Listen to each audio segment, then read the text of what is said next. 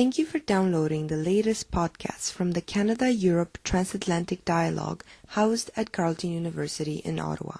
The interviewees were in conversation with Anka Gurzu. For terms of use, please refer to the publication section of our website, www.canada-europe-dialogue.ca.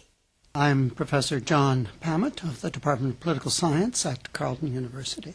As a start, I know that you have led Canada's participation in the International Social Survey Program. Can you tell us a bit about this program?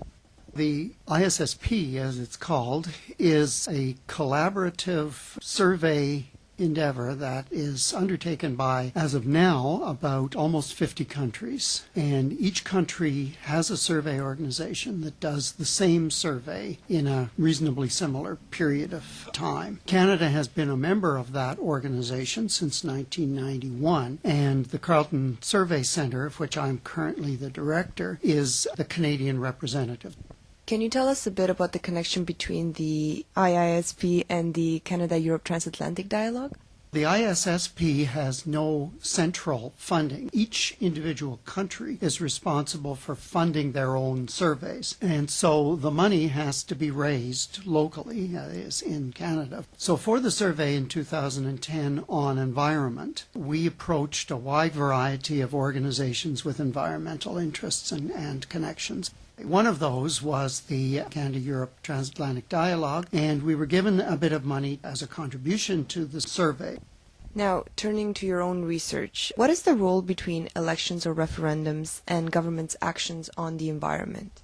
The thing that's interesting, at least for me, to look at is the way in which issues related to the environment come up in elections and to some extent in referendums. Generally, a certain number of people will say, when they're asked what's the most important issue to you personally in the election, they will say the environment in a general sense. There are fairly small numbers of people generally in Canadian and European election studies that give this answer. But then occasionally there are specific issues related to the environment that come up as issues in elections, and those can differ widely depending on the context. Sometimes they can be more important than others.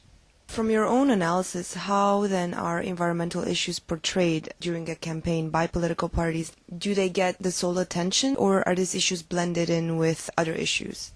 It depends a bit on the kinds of political parties that we're talking about here that are campaigning in elections. For some parties, such as Green parties, these are major issues. They spend a lot of time on them. And certainly for Green voters, those issues are usually front and center in people's minds in choosing the Green parties. For other parties, however, the, let's say, middle-of-the-road parties or parties that try to appeal to a wide spectrum of voters, they feel obligated to have some kind of environmental policy planks in their platform. However, they're unlikely to be focusing on the environment. They're more likely to be focusing on economic issues, which are usually more important in elections, or possibly social welfare issues or other kinds of issues. Sometimes, however, environmental issues related to taxation have become quite important in those elections.